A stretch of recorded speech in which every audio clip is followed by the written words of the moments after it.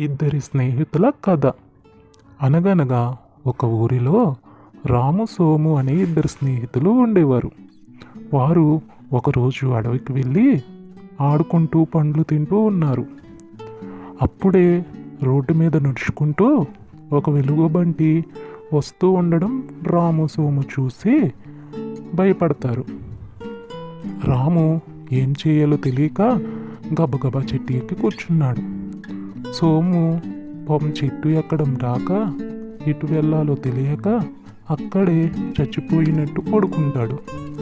అటుగా వచ్చిన ఎలుగుబంటి సోము దగ్గరికి వచ్చి వాసన చూసి చనిపోయాడు అనుకుని వెళ్ళిపోతుంది. అప్పుడే రాము చెట్టు నుండి దిగి సోము దగ్గరికి వచ్చి ఇలా అంటాడు. సోము వెలుగుబంటిని చెవులో ఏం చెప్పింది అని అడుగుతాడు. అప్పుడు సోము, దుష్టులతో స్నేహం చేయకు, వాళ్ళు ఆపద వచ్చినప్పుడు నిన్ను వదిలేసి వెళ్ళిపోతారు అని చెప్పింది అని